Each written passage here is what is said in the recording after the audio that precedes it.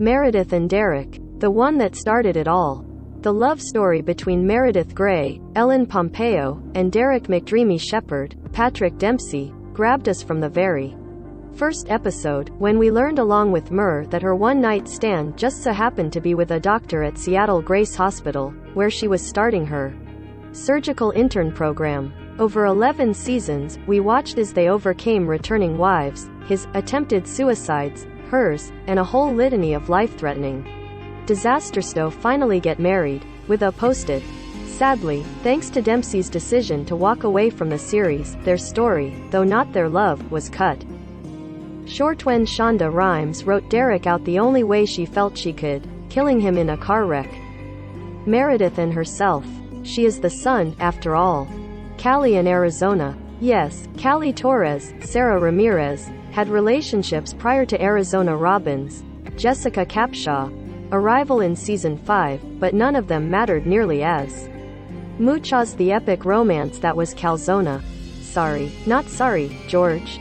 The couple got married, raised Sophia, Callie's daughter, with Mark Sloan, Eric Dane together, and weathered Arizona's leg amputation and infidelity before eventually getting divorced in season 11. It seemed like one of TV's greatest lesbian love stories would remain a tragedy when Ramirez left the show in season 12, with Callie moving across the country with new girlfriend Penny, but when Capshaw was written out at the end of season 14, fans got a glimmer of hope as a newly single Callie was ready to welcome Arizona to NYC with open arms. If only Ramirez had returned for the episode. Izzy and Denny. Pour one out for the first tragic doctor-patient relationship Grey's ever introduced us to. When Izzy, Katherine Heigl, met cardiothoracic patient Denny Duquette, recurring guest star Jeffrey Dean Morgan, in season 2, it was all over for the intern. She was head over heels for the lovable Grump, and so were we. When they became engaged, we knew it couldn't last. And it didn't. His condition deteriorated and she put her career on the line by deliberately cutting his LVAD wire to move him up the donor registry. He got his new heart, but stroked out hours later and died in the season finale. His memory lived on, though, when Izzy inherited $8.7 million from him and she opened the Denny Duquette Memorial Clinic, a free clinic at the hospital. As for us, we've never been able to listen to snow patrols chasing cars quite in the same way, even all these years later. Mark and Lexi. Sure, Meredith's other half-sister Lexi, Kyler Lee, and Mark McSteamy Sloan, Eric Dane, were in a handful of other relationships throughout their time spent roaming the halls of Seattle Grace. But no relationship was more important to either of them than the one they struck up in season 5, tormenting them with its on-off nature until they professed their love for one another and promptly died in the season 8 ending plane crash. RIP. Richard and Ellis. Sure, Chief Weber, James Pickens Jr., and Mur's mom, the brilliant surgeon Ellis Grey, played by recurring guest star Kate Burton, were married to other people when they began their love affair back in the day. But it was torrid enough to tear Mur's home life apart and deliver us a surprise love child in the form of Maggie Pierce, Kelly McCreary, whom we first met in season 10 and has since become a cornerstone of the series. It was an illicit love that would never last, not least because Ellis was ravaged by Alzheimer's until her death in season 3. But it had so much impact on just about everything. Sponsored links by Taboola. She was a legendary actress. Today she works 9 to 5. Bedtimes. Izzy and Alex. Izzy and Alex always found a way to be there for the other when they were recovering from their latest heartbreak at the hands of someone else. And their growing bond could have really been something if Heigl hadn't decided to leave the show in season 6 after the characters tied the knot, leaving us with another cruel vanishing lover scenario, a la Burke's disappearance, mentioned below. Little did we know it would come back to offer Alex, Justin Chambers, a way off the series when Chambers abruptly left Grey's in early 2020, shocking fans with the revelation that Izzy had been raising Alex kids on a farm somewhere, providing the only possible reason for him to abandon his wife that might not make him look like a total monster. Christina and Owen. Christina's first appearance on this list is a little more successful than her second. We'll get to Burke, we promise, in that this couple actually made it down the aisle. Despite that time Owen, Kevin McKidd, stricken with PTSD-induced nightmares, nearly choked her to death in his sleep. But when she got pregnant and chose to have an abortion, he couldn't really handle it and it eventually tore them apart. They divorced and we realized that perhaps Christina's greatest love affair would always be with her career.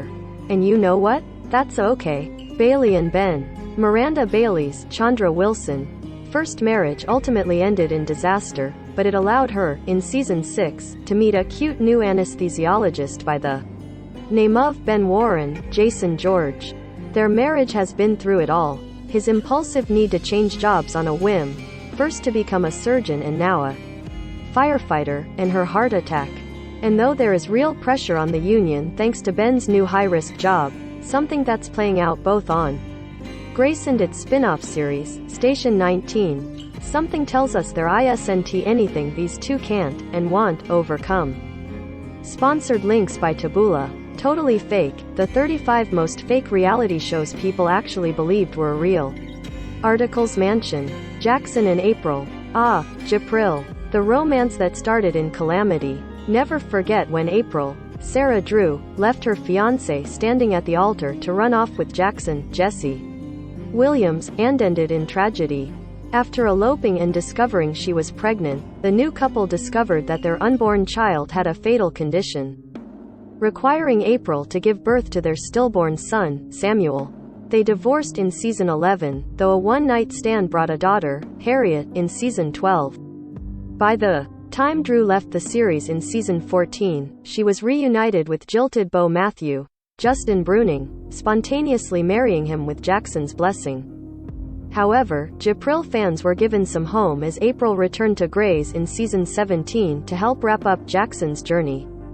Specifically, after Jackson decided to move to Boston to lead the foundation in its fight for racial equity, a newly single April made the decision to move to the East Coast with their daughter Harriet, leaving hope that these two may reunite in the future. Alex and Joe. After all his romantic stops and starts, Alex just may have finally found the one in new bride Joe, Camilla Luddington. But getting to husband and wife, something that only happened in the season 14 finale, took them overcoming her dark, abusive past marriage and his nearly going to jail for beating the snot out of a coworker. Poor DeLuca didn't deserve that beating, no matter how things looked when Alex walked into the room. Once they were finally married and Shed taken his last name, this thing looked like Endgame to us. Sadly, Chambers' shocking exit from the show halfway through season 16 would forcibly prove us. Amelia and Kai. We are really rooting for these two. Amelia hasn't had the best of luck with her love life on Grey's. Shout out to her divorce from Owen and her rejection of Link's marriage proposal, but she seems to have found something really special with Dr. Kai Bartley, ER Fightmaster. The pair genuinely share a love of neuroscience, and Kai isn't afraid to call Amelia out when she tries to self-sabotage things. And, boy, does Amelia like to self-sabotage. If the duo sticks it out, we think this could be one of the great love stories of Grey's Anatomy, we just haven't had the time to see it play out yet. Sponsored links by Taboola. 24 celebrities who married their mistresses. Beach Raider. Teddy and Henry. When we met Teddy Altman, Kim Raver, in season 6, her story was all about her mysterious past with Owen and how it might affect his relationship with Christina. But by next season, she found herself in one of Grey's patented doctor-patient tragedies after falling for Henry Burton, recurring guest star Scott Foley. They impulsively got married so he could use her health insurance to cover the ongoing cost of treatment, eventually falling in love. Naturally, he would succumb to his heart condition during surgery in season 8, leaving Teddy devastated and out of a job. Owen fired her so she could move on, knowing she'd never do it on her own. Richard and Catherine. As wife Adele, Lorette Devine, was deteriorating due to her Alzheimer's diagnosis, Richard found himself on the receiving end of advances from Jackson's powerful mom, Catherine Avery, recurring guest star and executive producer Debbie Allen. He refused on the grounds that he was a married man, not wanting to be a cheater twice over. But as Adele eventually succumbed to her illness in season 9, he warmed to Catherine and they entered into a relationship and were happily married from season 11 to 16. Of course, this is Grey's we're talking about, and the pair separated following Catherine's angry power plays in the wake of Meredith's insurance scam at the end of season 15. After some time, including a brush with death for Richard, the pair reconciled. Owen and Amelia. Was Owen's relationship with Derek's recovering addict sister Amelia, Katerina Skorson, epic?